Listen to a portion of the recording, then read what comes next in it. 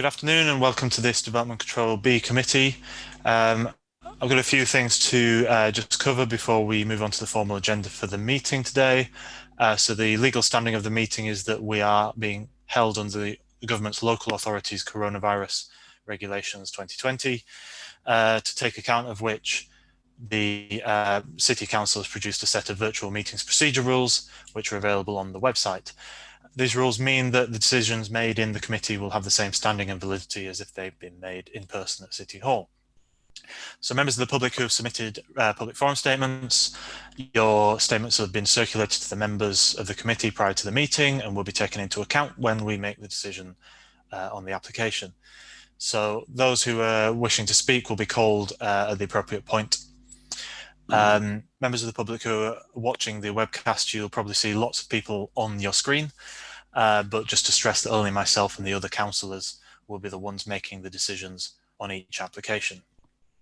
A usual reminder to the members of the committee, please ensure your sound's muted when you're not speaking, that when you've spoken, remember to mute yourself again, and then also remember to use the raise hand function in Zoom when you're wishing to speak. It's much easier to manage from my point of view who wants to speak. And also remember to put your hand down once you've spoken. If you need to leave for whatever reason, technical reason or whatever, just try and let us know beforehand. When we move to a vote, as we've done previously at all the meetings, we'll need to do a named vote. So I'll go through each person in turn. Obviously, when we're moving the motions, then make sure you're clear on what you're moving, and we'll need a seconder for each motion. The first vote for each application will of course be for the officer recommendation. That is everything. So let's move on to the second item on the agenda, which is the apologies for absence. Yes, Chair, just one apology from Councillor Richard Eddy. Thank you. Any declarations of interest? Clive, was that you? Go ahead. Thank you, Chair. I have two interests to declare. The first one is that I have written a book about local democracy, and I have been told that I need to declare this as a pecuniary interest.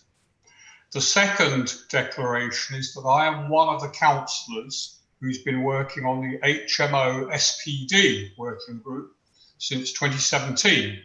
I'm actually pleased to see it mentioned here, but I have decided that neither interest predetermines my decision today. Thank you. Thank you, Clive. Ollie, do you wish to say something as well? Yeah, thank you, just a quick one. That I'm a ward councillor for Hawthorns, so this is in my ward, but it does not impact on my ability to make a fair assessment.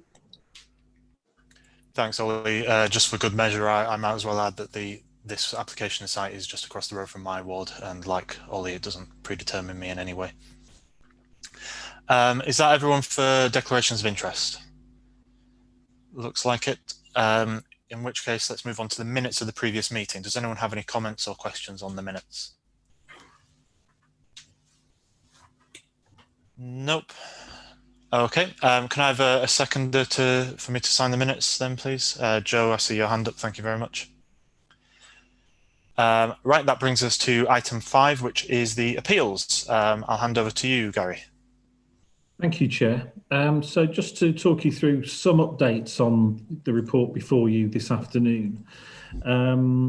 As you may be aware, there have been some backlogs within the Planning Inspectorate in terms of dealing with the appeals lodged, and we're now seeing decisions coming through that have been hanging around for a long time, and even the ones listed here at the time that the report was published as being undecided, literally in the last 7 days we've had decisions on them. So I just wanted to highlight those to you, just to kind of confirm which ones they were and what the outcome was.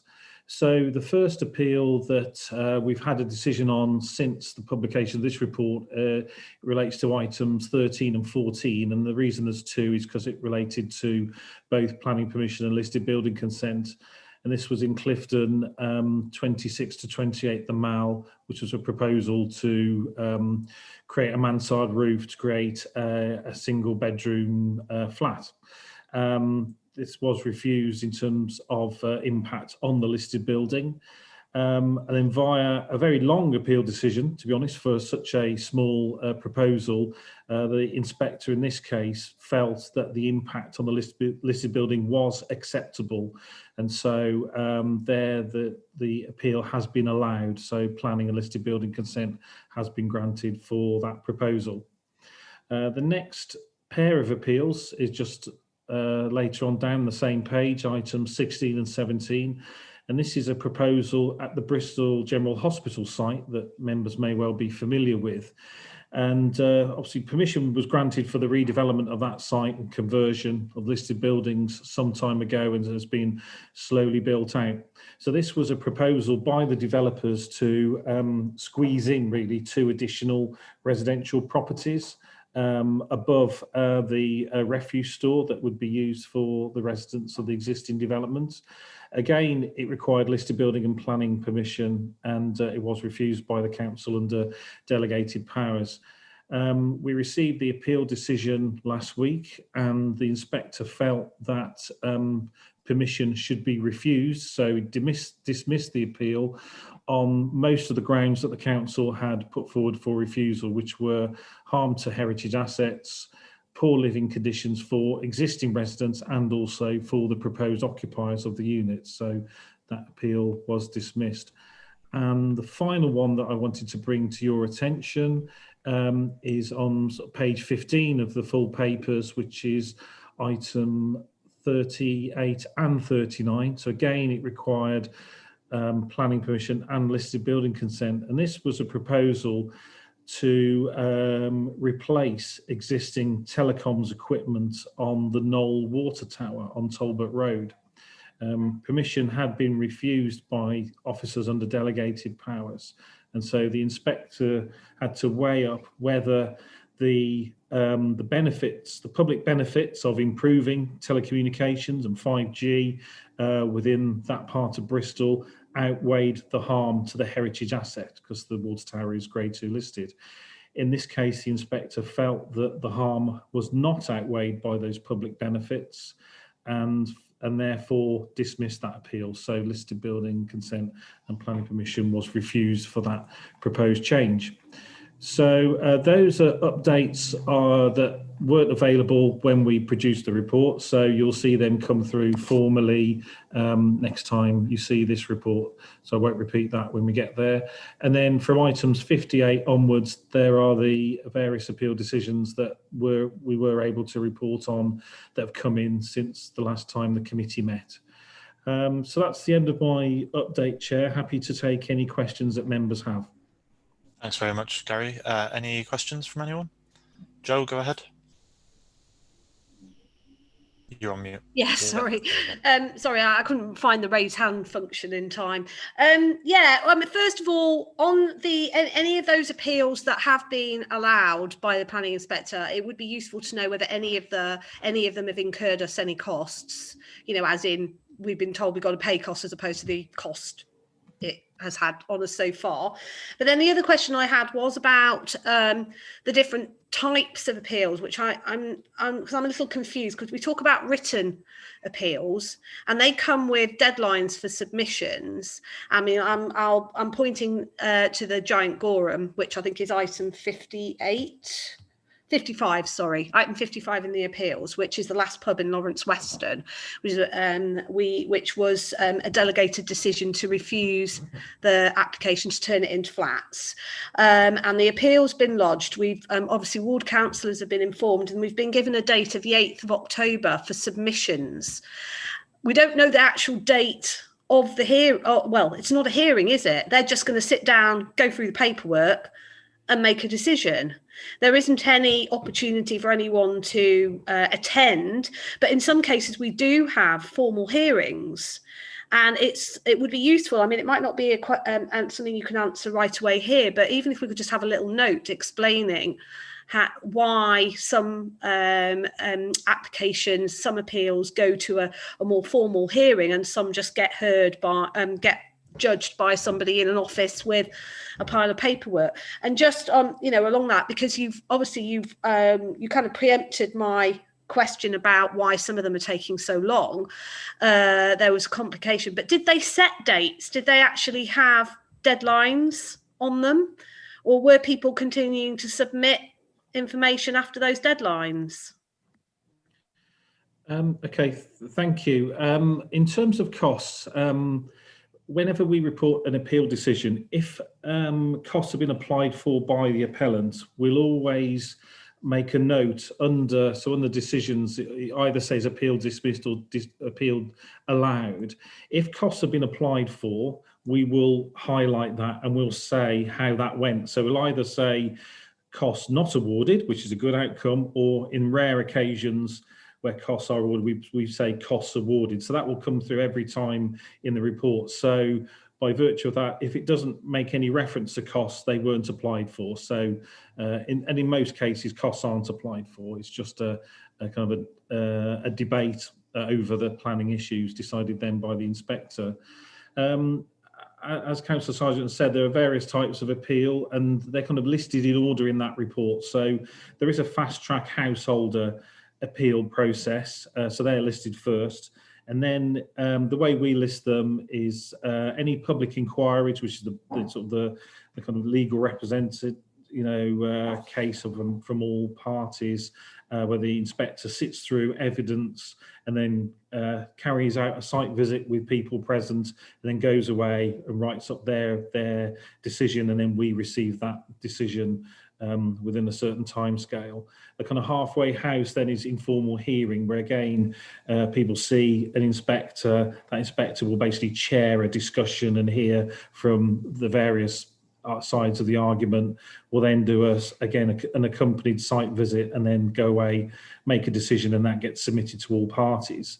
The vast majority of appeals are through written representations, and that's right, quite a tight timescale is set for everyone to make their submissions. And more these days, appellants have to submit more up front. And those deadlines are absolute deadlines.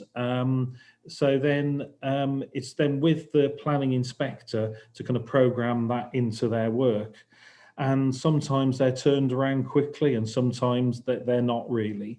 We do get fairly regular updates, usually if we've chased, as to the timescale for a decision. And for example, the ones I've just highlighted going through the cases, they were a number of months old. So, and that happens from time to time with the planning inspectorate.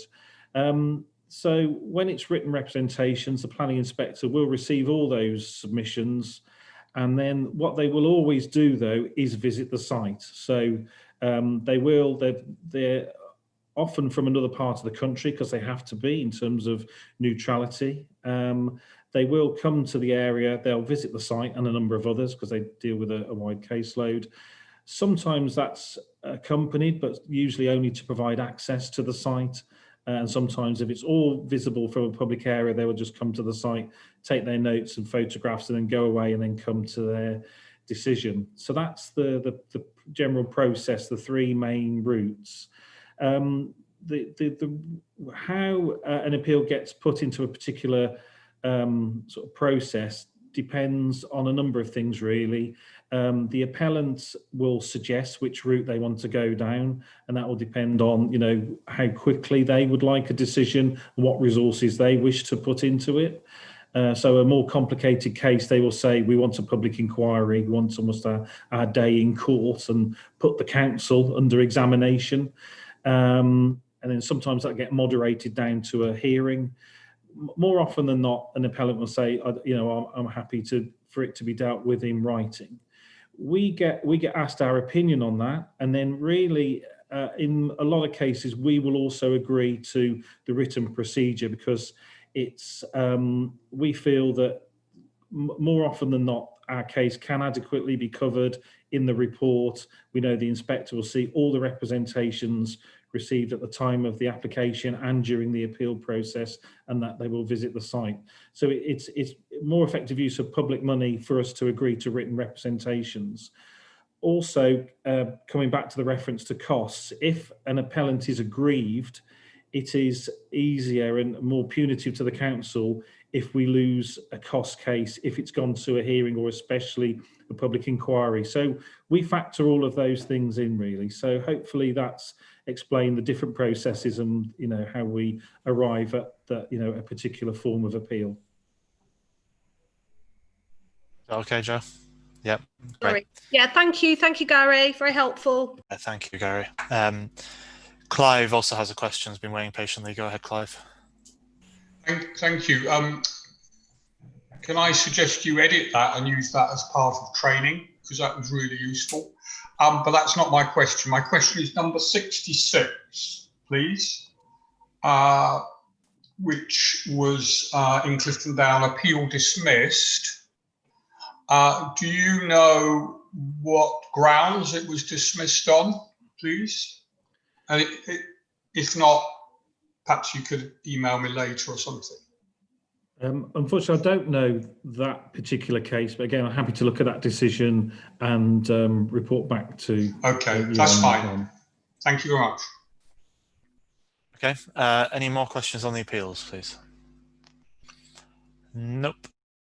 Okay. Thanks, everyone. Next item on the agenda is enforcement. There's no enforcements to report. I assume you don't really have anything to say on this, Gary? No. Okay. Thank you.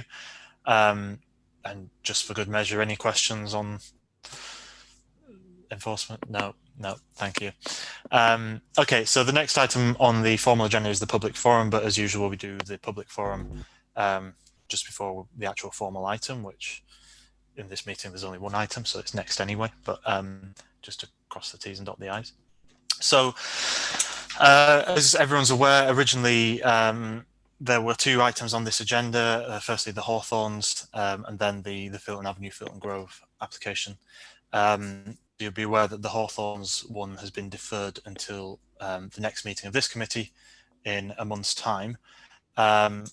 So... Right, you could join now. Sorry, we can hear you, Jeremy.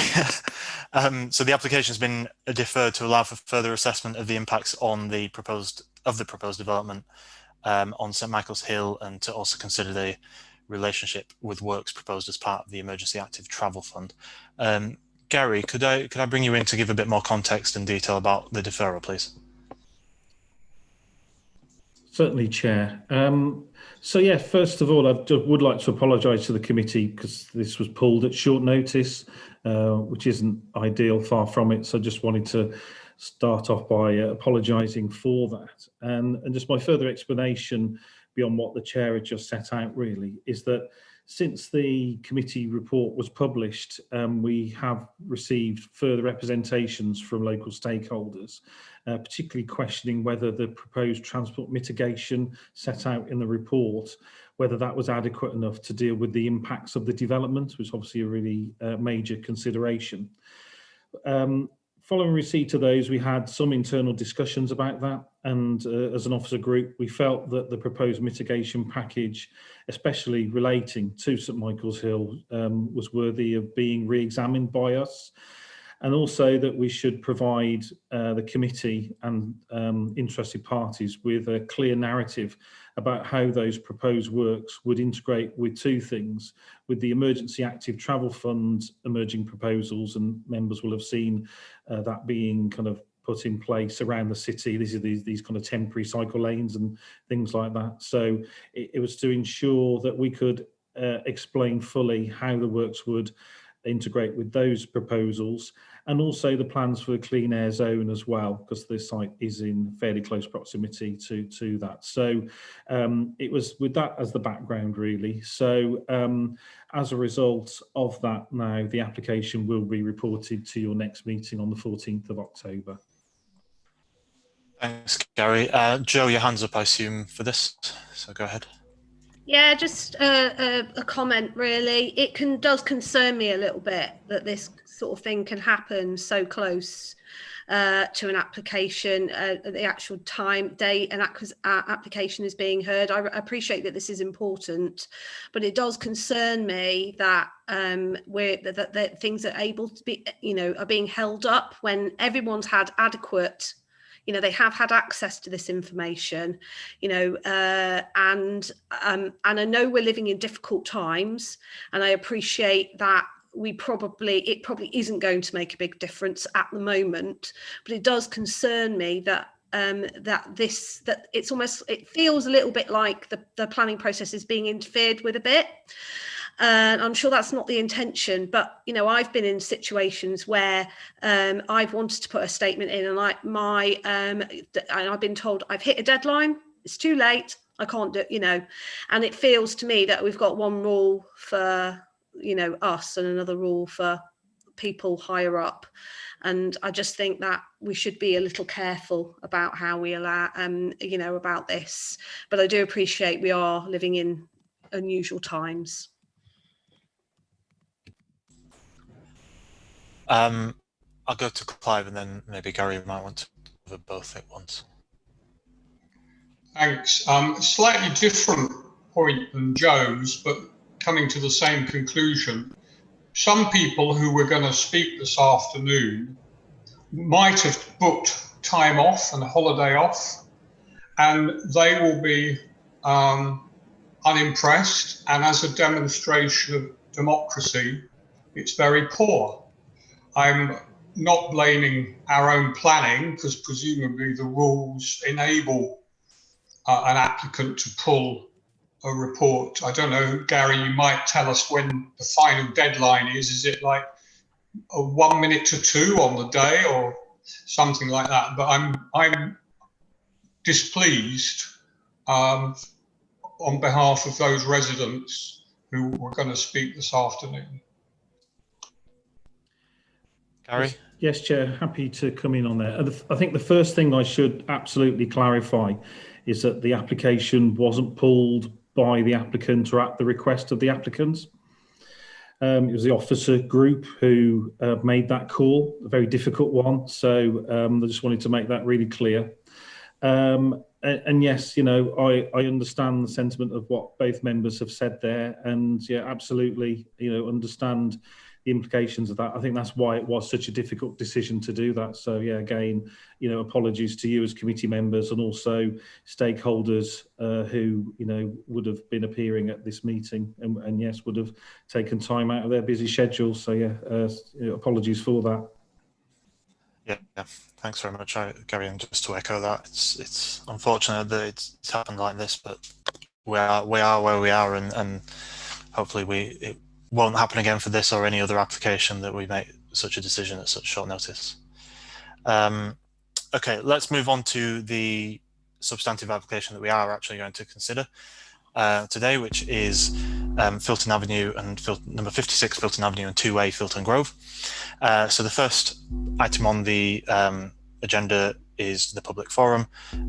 Therefore, can I call in Fergus Sykes? You've got about a minute, so take it away whenever you're ready. Thanks very much. Okay, can I just check you can hear me all right, everyone? Yes, we can, thank you. Okay, thank you, Chair. The proposal is very similar in terms of the quantum and scale of development as an extant scheme granted permission in April 2019 for 9 two-bedroom flats.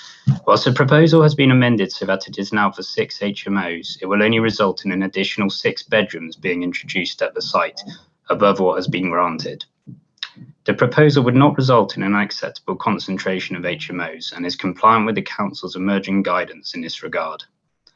The scheme has been amended in line with comments received from the City Design Group to create a high-quality design which will enhance the character and appearance of the area. The proposal has been supported by parking surveys which were carried out pre-COVID and in accordance with guidance from the Council's transport team. These clearly demonstrate that based on the Council's parking standards, there is adequate on-street parking within the vicinity of the site. In summary, this is a well-conceived scheme that has evolved in line with officers' advice and accords with the aims of local and national planning policy and delivers a number of benefits. For these reasons, it is hoped that you would agree with your officer's recommendation and support the application. Thank you. Thank you very much. Sorry, shall I just mute my... Yes, please. Yes, thank you. The next and last person on the agenda for the public forum is Councillor Claire Hiscott. Claire, take it away when you're ready. Thank you. Thanks, Councillor Brooke. Yes, so I just want the committee to note that the reasons why I have brought this to be determined by committee is because I do challenge some of the assessments that have been made. In fact, this is the third time I have objected to this development in its various forms.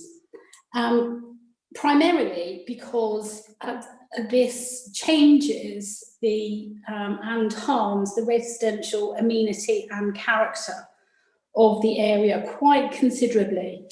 And for a number of reasons, I want to challenge it, particularly where it says that from the submission from the environmental health officer to say that they've checked the records and they can't see that there have been any noise complaints. Well, clearly there haven't been any noise complaints because they are residential homes currently. There's a bungalow and a house. They are family homes, and this completely changes the residential provision into what it will be high density student housing. And we know that when you get groups of students together, you quite often get noise. So that's one issue. And also the density, I would like to question that density of 9.49% student accommodation within 100 metres and HMOs.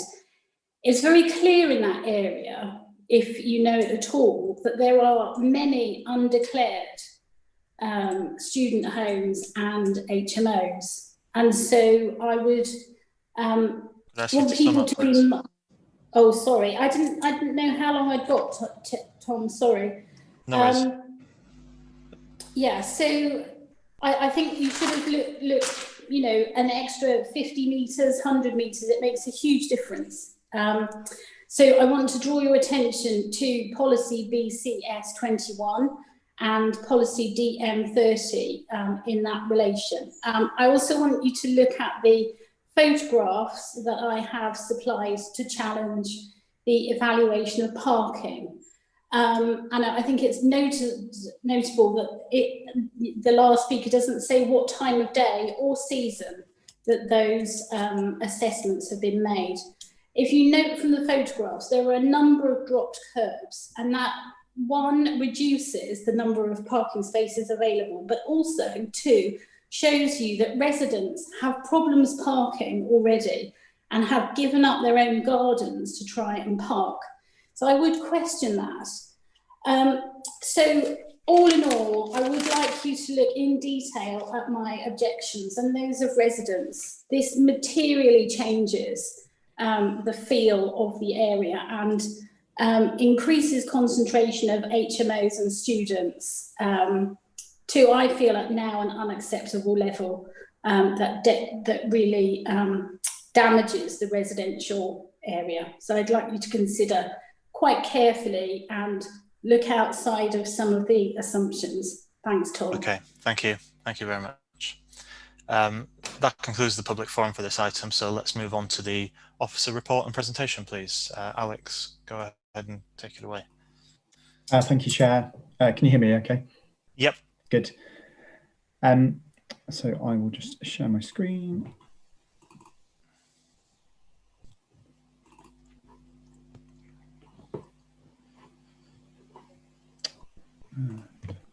There we go. So this application is for the construction of a 3-storey building with 6 small HMOs. The application itself is located at the junction of Filton Avenue, Filton Grove and Muller Road in Hawfield, North Bristol. The application site itself is currently occupied by 2 buildings. So you've got the bungalow 56 Filton Avenue to the south, and then to the north of that is 2A Filton Grove, which is a 2-storey detached house.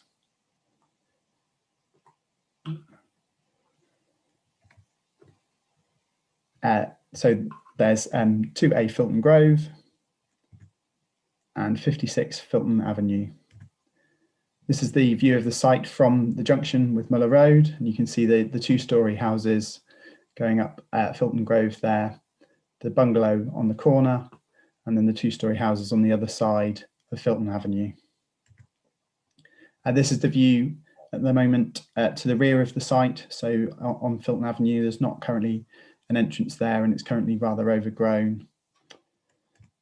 As Councillor Hiscott has indicated, there have been a number of applications on site, and most recently, 2 applications have been approved to construct 3-storey buildings with flats on the site. So the first approval was in 2016, which is on screen for you now. This was for 5 flats, and this solely included the site of 56 Filton Avenue, so the southern part of the site. As you can see, that this is at 3 stories and going down into 2 there, with a sort of dual frontage onto both Filton Grove and Filton Avenue. In 2019, the application site was increased to include 2A Filton Grove, and the application that's on screen now was approved to develop 9 flats across both sites. Just worth noting on this one, so the outline of the approval from the 2016 application is in red on the left-hand side of the top drawing, and then the outline of the existing building 2A Filton Grove is just on the right there. Moving to the current application, so it proposes to demolish the existing buildings on site and construct a building with 6 4-bedroom HMOs. Effectively follows a similar plan form to the latest approval in 2019. You can just see the existing approval in red on the site there, and then the extent of the current proposal in black.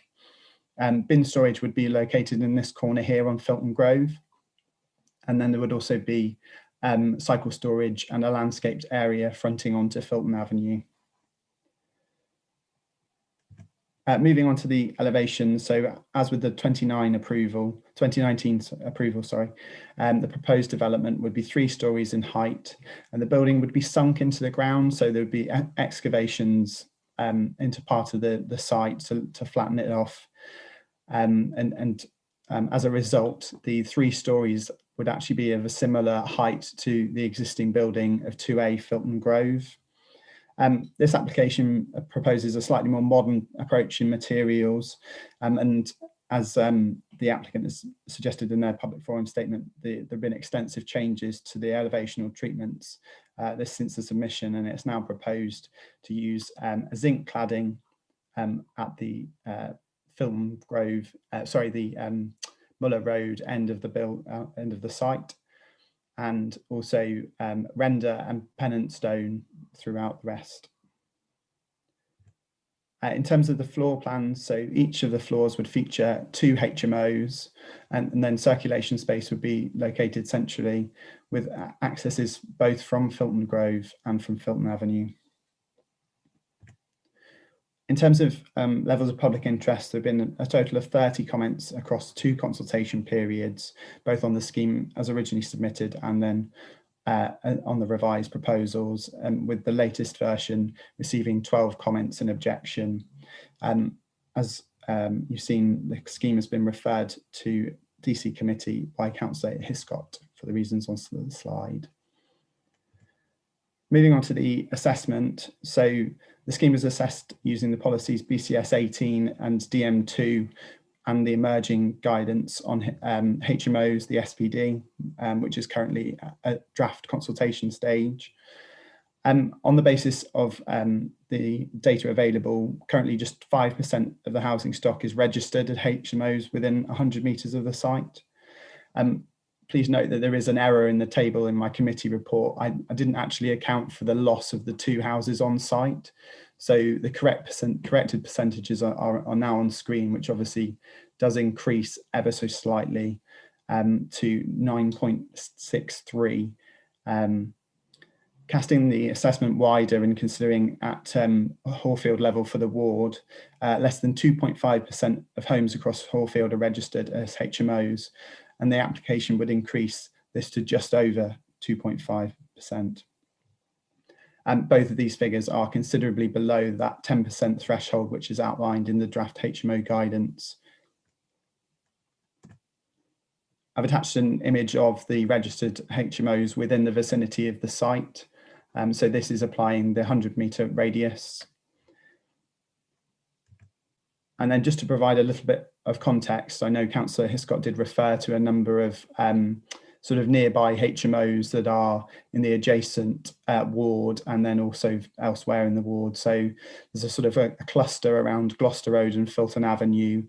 This is around sort of 300 metres away from the site and about 400 metres to the north of the site on Highbury Road and Bayswater Road. Yes, so it should be noted that the SPD is in draft and that the 10% is not intended to be applied as a firm threshold, and that also evidence of harmful impact should be considered.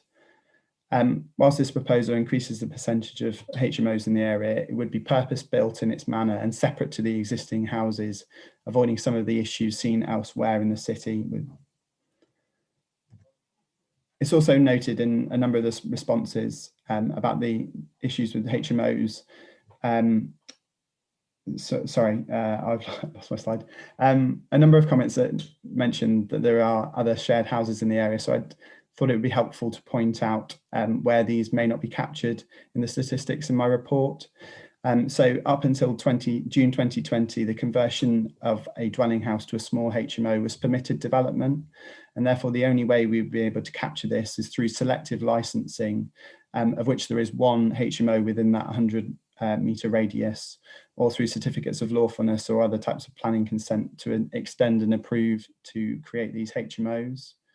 In the assessment, we are able to capture dwellings subdivided into separate flats and HMOs of 6 or more occupants, as well as all licensed HMOs.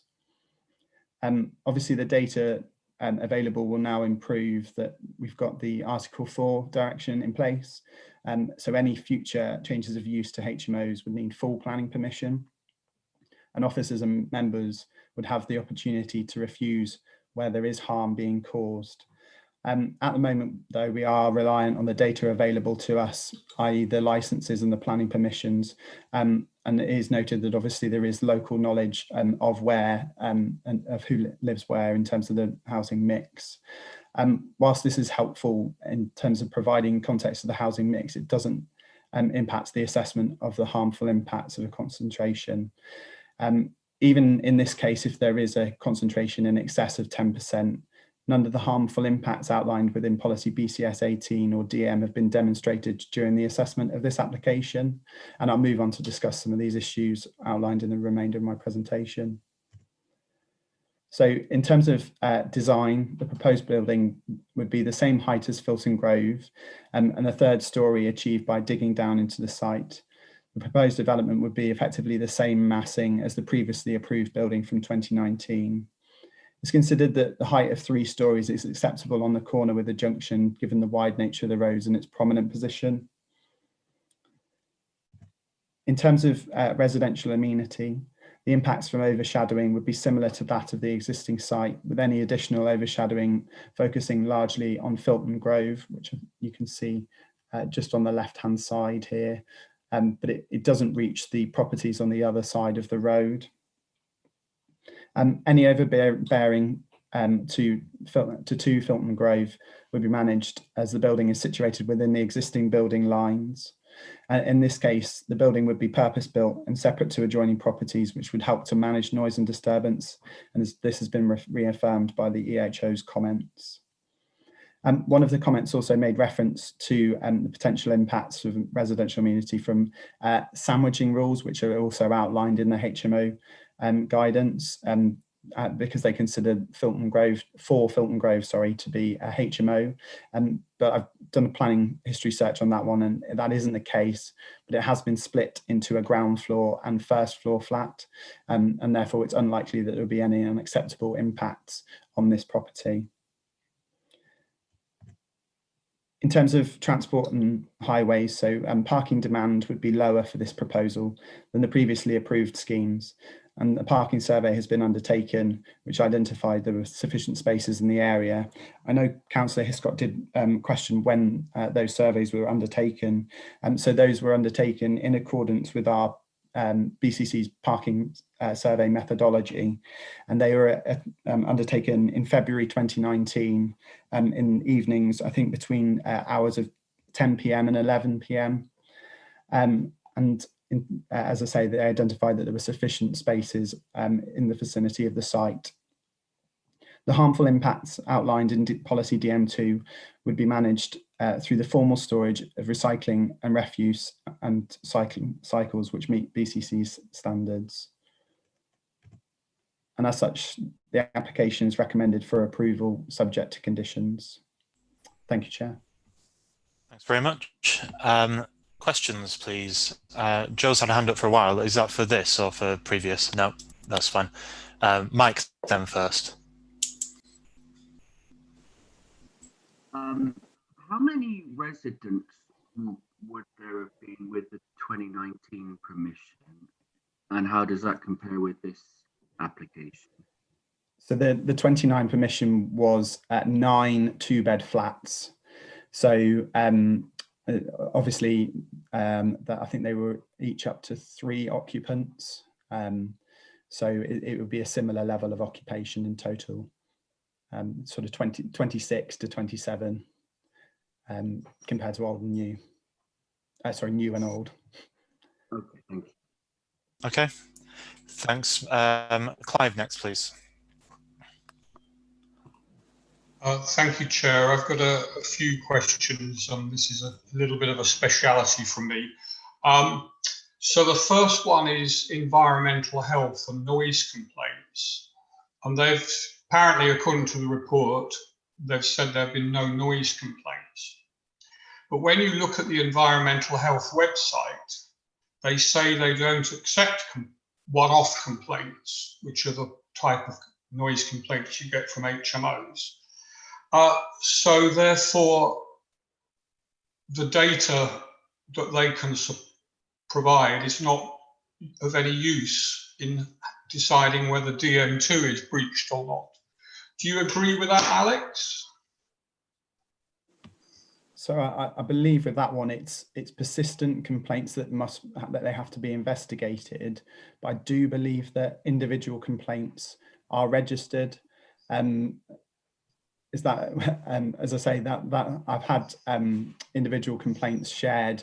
There was one, for example, in relation to a skip blocking a highway in the vicinity here, which obviously wouldn't indicate continuous nuisance, but it would indicate that individual complaints can be registered. That's not noise. That's not noise, of course. But if you look at their environmental health website, which I just checked again today to see if they've changed, because I've made this complaint to them before, you have to keep a noise diary, and that's per property. So if one HMO has a one-off event, then you don't bother. But the issue is the cumulative impact from having lots of HMOs. So I finished that line of questioning. Let's move now to the concentration, please, because a number of the statements, which I read very carefully, and I went through the numbers too, suggest it's over 10%. My first question is, according to the slide you showed a little earlier, I'm not sure that this dwelling would be registered as for HMO licenses, because they are below, they're 4 3 or 4 flats, and so that falls into the extra licensing category. And I don't think this, from what I can see, this is an area that requires the extra licensing. No one else seems to have an extra license here. Is that true? So you're correct. Under the old regime, it would be the case that they wouldn't need to register. However, I believe now that we are in the Article 4, or the Article 4 area has been extended, they would have to register it as I can't remember whether it's either an additional or a selective HMO. So it wouldn't be required to mandatory for mandatory licensing, but because of the extension to the HMO, the Article 4 area, I believe that now means that they would have to register it as an additional or a selective HMO. But you'll have to forgive me, I can't remember the difference. The Article 4 triggers planning. Doesn't trigger licensing. So that's why they've come here, in order to seek planning permission. But according to the slide you showed earlier, they wouldn't actually need a license because they're not a 6-bed or more. So I'll let you check that one up. But therefore, I think using the data that you've provided, the number of HMOs wouldn't go up at all because these wouldn't need to be registered. Moving on. The data you do have, do you know what date it's from? Because we found with an application 2 weeks ago that the concentrations have gone up substantially between the July data and the August data. What date? It's based on the register that's available on both Pinpoint, and then also I checked it against the register that's available on BCC's website. Let me just. What date is that? Like in a week or so ago, or is that like 2 or 3 months ago? Yeah, I would have to check. Just 2 seconds, and I will have a look for you. Okay, thank you.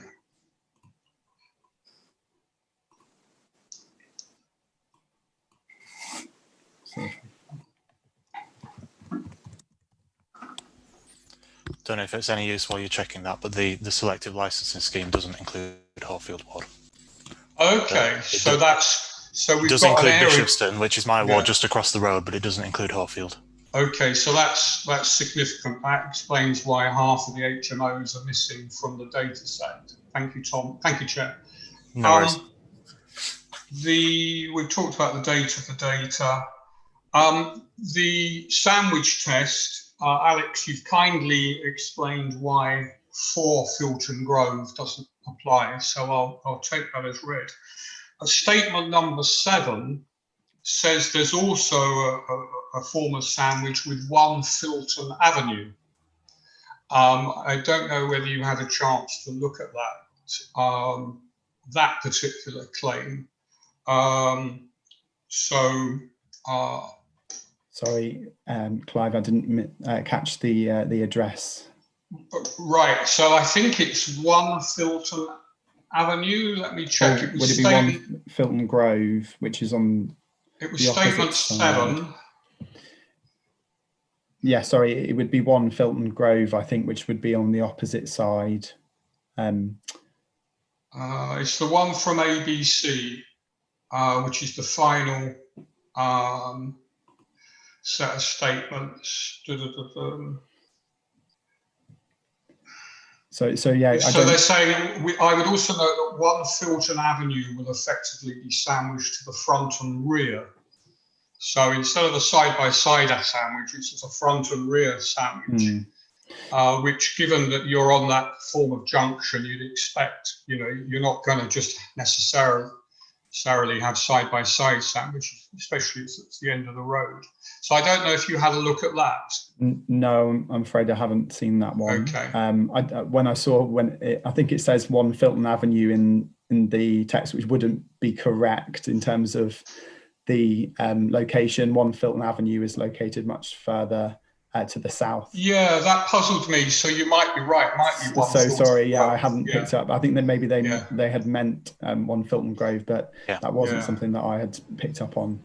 Okay, so sandwich. Okay, so given that they bowled you a googly, would you be able to check 1 Filton Grove sandwich? please. It does appear that there is, so on the basis of the map that I've got, which in fact I can share if that's easier. Yeah, please share it. Much easier to look at the same thing, isn't it? So if I make that full screen.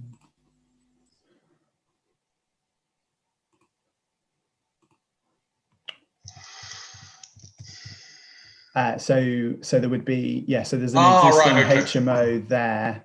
So there, I would imagine that the commenter is suggesting that there would be a sandwiching effect from either side. Yeah. You'll have to forgive me. I don't know whether that's included in the definition of sandwiching, as in from one street to the next.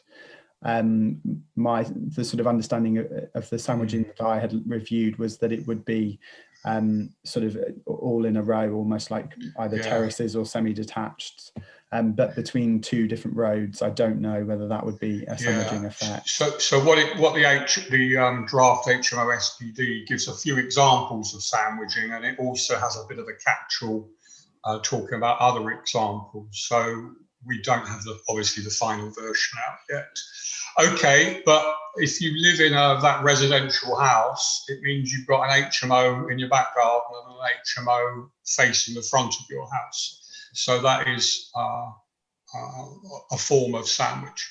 Okay, I've finished my questions. The only thing outstanding is the date that you got the data from, Alex. It's from the 27th of July. The data, so it's the end of July, so it doesn't account for potential changes on the register for August and so on. DCA discovered that the percentage had gone up. This is because of additional licensing. It had gone up by about 5% in the period between July and August, because HMO licensing are updating the report every 2 or 3 months.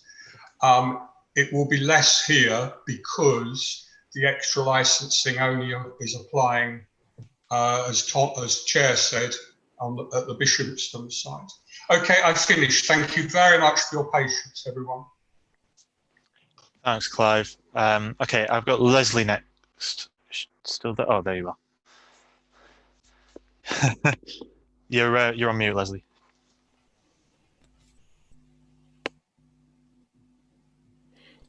Leslie, you're still on mute.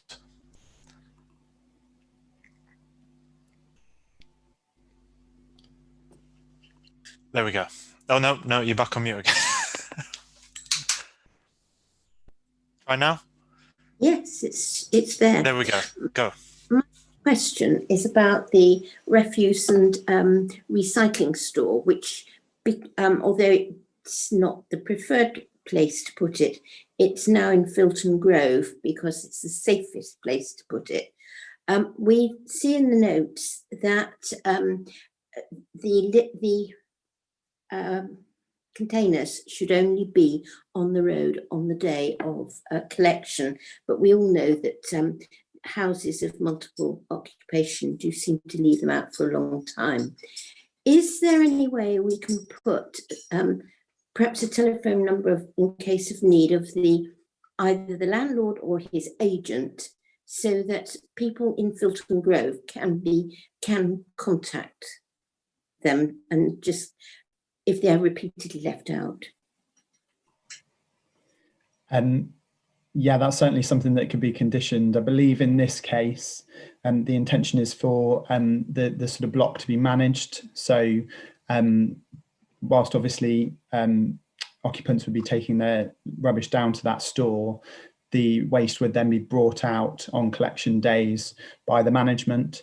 So it wouldn't be the responsibility of the students, but that's something we could either build into that condition to sort of ensure that, and then also providing that sort of level of extra sort of response in terms of having a contact detail there to sort of make sure that there's something that local residents can respond to if there are issues. Yes, definitely. Thank you. Okay, thank you. Ollie next, please. Thank you, Chair. Am I on mute? No, we can hear you. Oh, good. It's just I can here myself, and I thought, well, I've been such a nightmare with technology today. I'd double check. So a couple of questions. First one was a slightly odd one, but are the bedrooms single or double bedrooms? And they're all single bed space. Oh, right, fair enough. And the other question really was, was about the assessment of HMOs in the area, because you talked about the number of or the percentage of HMOs in Hawthorns ward, but because this is on a border, Filton Avenue is shared between Hawthorns and Lockleys and Bishopston and Ashley Down wards. So if you did it just on a ward by ward basis, you could always find that one side of the road might have a lower percentage, but if you actually, I liked the fact that you had a sort of circle thing for a radius of sorts. But I was kind of troubled more as much by that as by the fact that the HMOs with fewer than 6 occupants don't require a license, so wouldn't show up on the system. So is the actual assessment that's used for this of any use at all? Because you might not know Hawthorns brilliantly well, you might even live there for all I know, but it's an area where you're not going to have massive houses that have 9 bedrooms or something in them. They're the kind of places with 3 or 4 bedrooms. And so you could have every street in the vicinity could be HMOs, and you wouldn't know because it wouldn't show up because of the lack of a need for a license. Yeah, so I think that's a very valid point, and I have in my presentation tried to demonstrate that there are sort of I guess limits to the things that we can assess in terms of the data that we have available. I guess one real positive is the fact that in future, as the sort of data builds up because of the need to have planning permission to convert into smaller HMOs, we would have more records to go on. So there are sort of, as I say at the moment, I've been reliant on either the large HMOs, which require the mandatory, the smaller HMOs where it's selective licensing. So effectively it's a choice to have a license put in place there, and then also planning permission, which is often a reasonable indicator in terms of you're required to have planning permission to create that large HMO. And then also if you're building extensions, for example, I know you've mentioned that the houses aren't necessarily particularly large, that extensions are often a good indication of where houses have been made larger in order to increase the numbers of bedrooms to enable them to be HMOs rather than sort of smaller shared dwellings. So those are the kind of tools that are available at the moment. And obviously in the future, now that the Article 4 direction is in place, we will have much more data to make future decisions on. And it may be that if this is sort of considered acceptable, as it takes it up to the 9 or 9.5% as it is at the moment, this future HMOs may be that tipping point, and that will obviously be reflected in terms of the assessments that officers and members can do in the future. Cool, thank you. Okay, thank you. Joe, next, please. I'm still quite confused. When you talk about selective licensing, are you referring to Article 4 direction?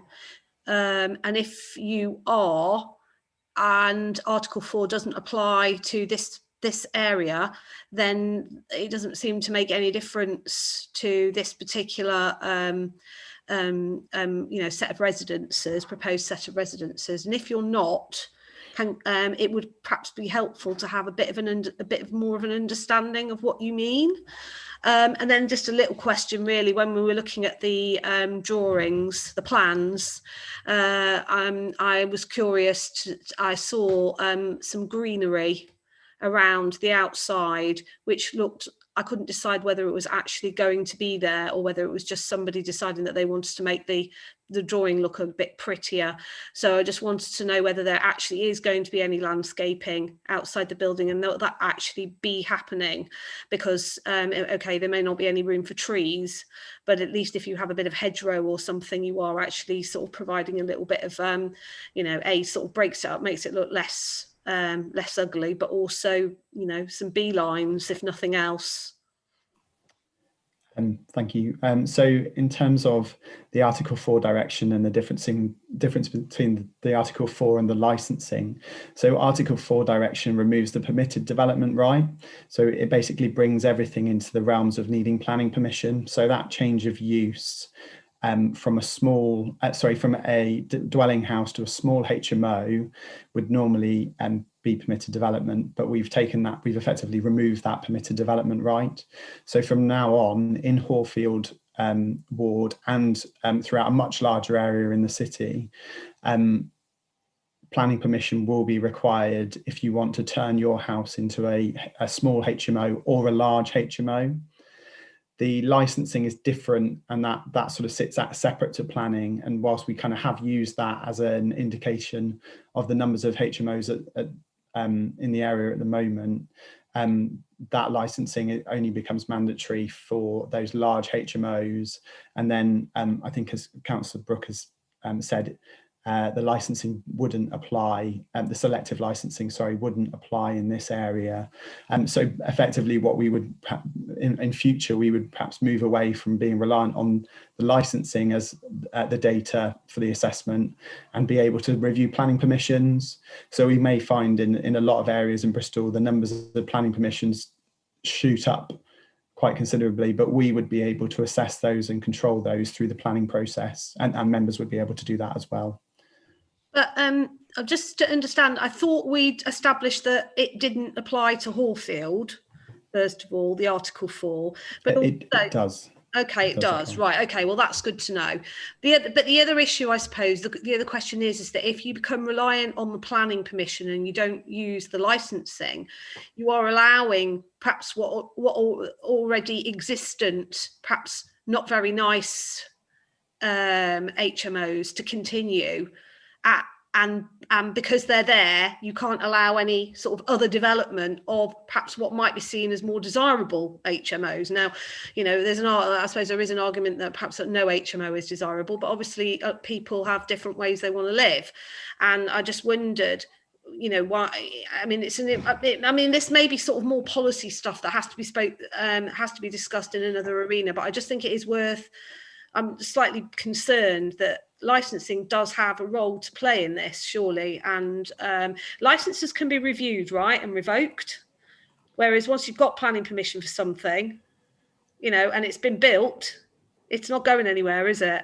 So I just wondered about that. I think Gary's able to come in on that one.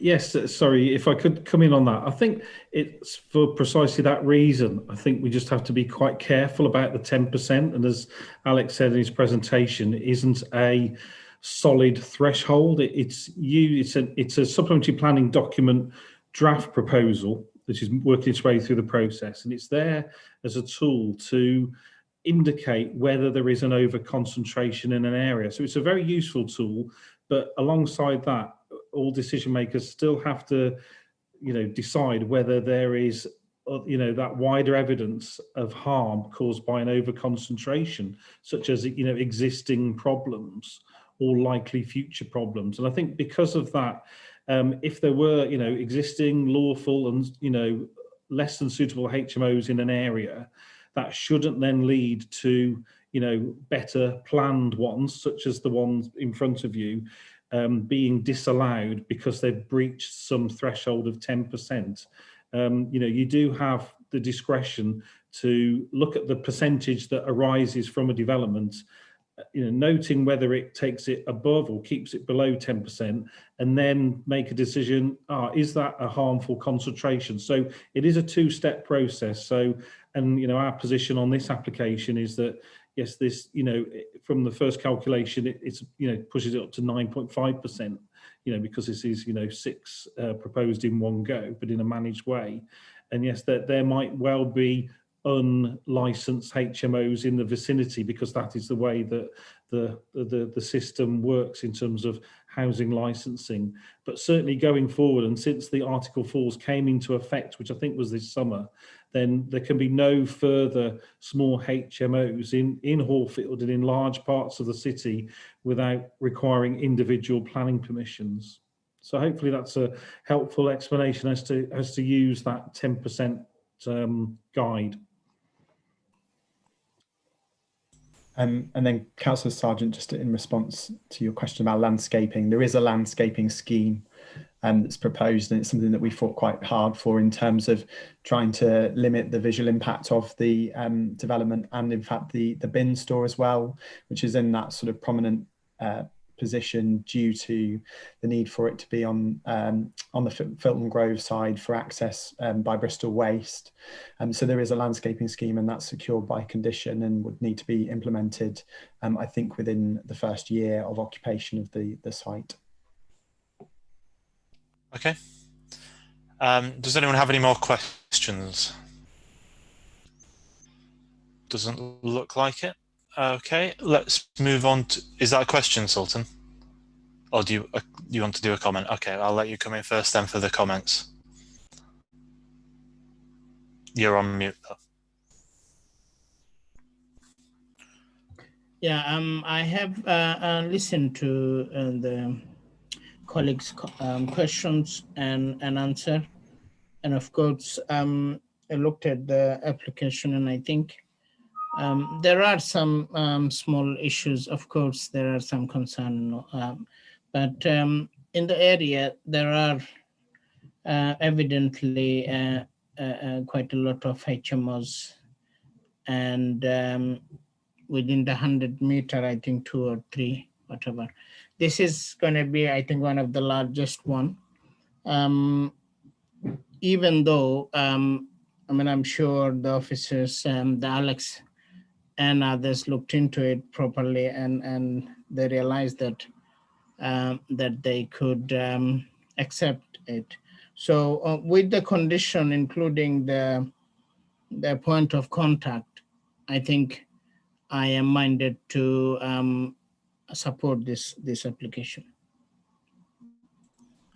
Thank you, Sultan. Ollie, next, please. That was quick, Chair.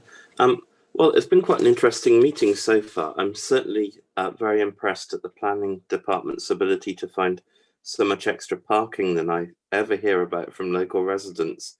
If they could ensure that it was there when they're trying to park their cars, I think I could have some very happy ward residents. But I will understand whichever way the committee votes today, but I have decided that I will be voting against this one. And I'm voting against because I've heard, and part of the reason why I repeatedly asked for us to be included as a ward in this Article 4 thing was because I'd kept hearing from local residents about the number of HMOs in local streets. I have nothing against HMOs per se, but I am aware that Hawthorns is a residential ward, or traditionally has been, with sort of permanent communities. And I've seen it change quite a lot over the last 6.5 years. I've been a councillor there. And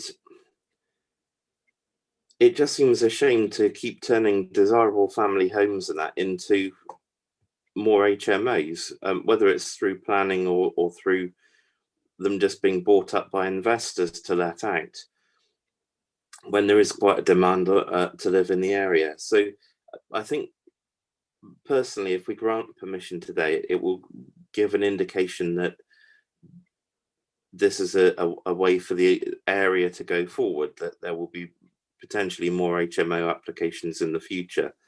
And I do think that there is an issue with the way that the number of HMOs are assessed, because I'm amazed that anything with fewer than 6 occupants doesn't require a license, so may not show up on the system, because you would struggle to squeeze 6 people into some of the houses in the ward, at least comfortably, if they were independent adults rather than family homes. And so, yeah, I'm going to be voting against, because I do think that there are too many HMOs at the minute. And I think there is a need to try and keep as much sort of family accommodation as possible in the area. Okay, thank you, Ollie. Mike, please. I really don't like this. I don't think it'll be a good thing for the area. The problem is that you have these existing permissions, including the one from 2019, which is for a similar building with a similar number of residents. So I'm not sure that refusing it would stand up at appeal. And we don't have the 10% threshold policy to support us in this case. So I'm not sure how I'll vote, but I may support the officer recommendation in this case. Okay, thanks, Mike. Clive, please. Thank you, Chair.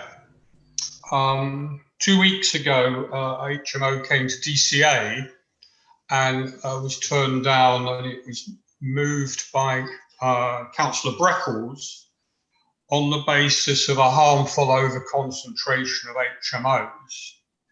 And he said, and it's still on video, of course, that if the developer does appeal, by the time the appeal comes through, there'll be more data on HMOs and the SPD will be in force. So therefore, I'm bearing that decision in mind.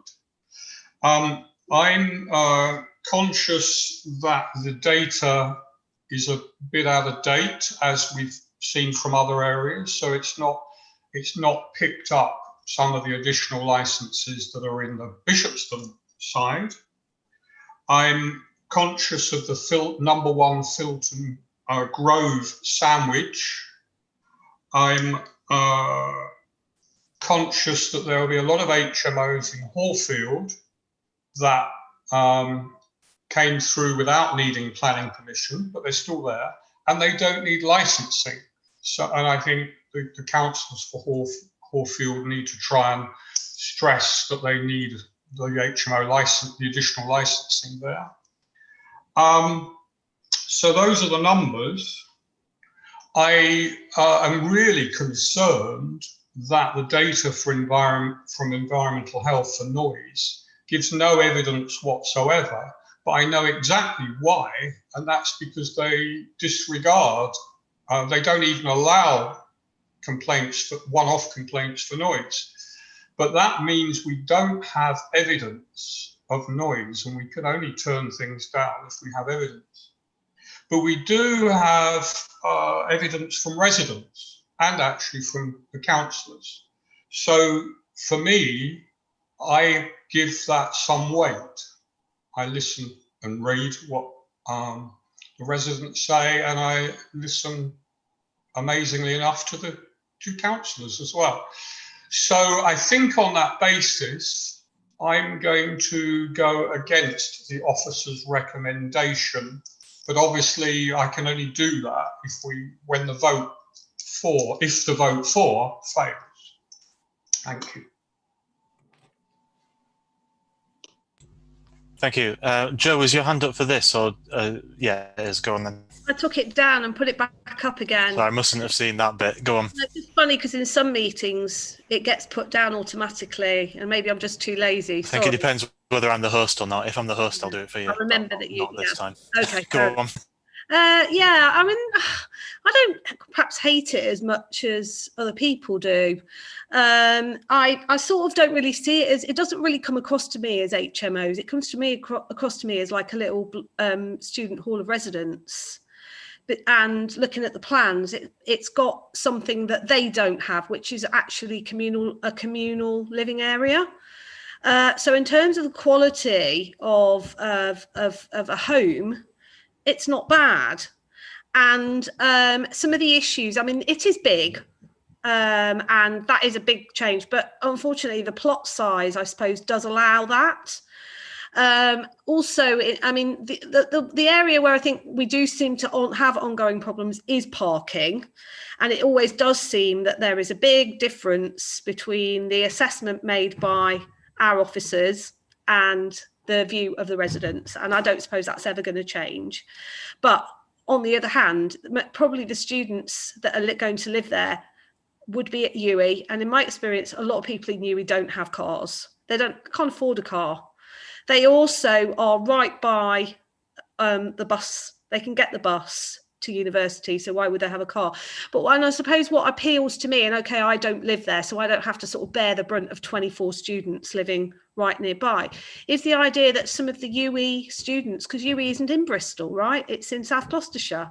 But some of the UWE students will live in Bristol and they will go to university in South Gloucestershire, but they will have social lives in Bristol and they will make Bristol their home. So in some ways, I think it's quite a positive thing.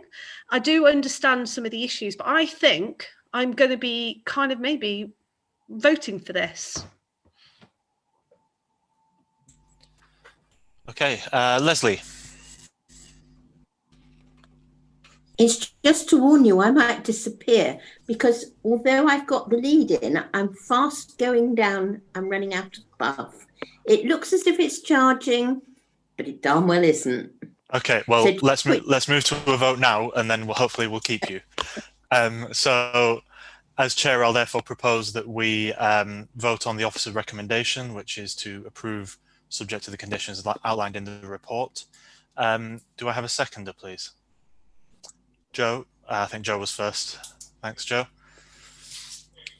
Okay, let's move to the name vote then. Leslie, I'll take you first, just in case you drop out. Against. Against, thank you. Ollie? Oh, against. Sorry, I was surprised by Leslie's against then. Joe? Oh, 4. 4. Sultan? 4. 4. Mike? Reluctantly 4. 4. Thank you. Nicola? Against. Against. Clive? Against. Against. This puts me in an interesting position. So I am going to vote for this, and that's an even vote. So with the chair's casting vote, I'll be casting it for the officer's recommendation. And I usually don't elaborate on my reasons to kind of keep the neutrality of the chair, but just to kind of touch on some of the points that people have raised. It's in terms of design, it's okay. I mean, it's not amazing, but there's much worse that it could be there. Especially, I mean, looking at the previous applications, I think this is an improvement on them. I think it will be probably a positive addition to the area. It's not a particularly nice kind of junction to be on at the moment. I know it well. In terms of the HMO concentration, absolutely taking the point about the incomplete data, but we've got to go what way on the data that we have, and that doesn't indicate that there will be an overly concentrated concentration in the area. So and overall, I think it is an on-balance decision, because I do hear what people are saying about the issues with parking. I know all too well about the issues people on my side of the street have with parking, but on balance, I think it is one that we should approve as per the officer recommendation. So that one is approved. Thank you everyone for your time, and that concludes the meeting. Thanks. Bye. Thank you. I'm down to 1%. Great timing.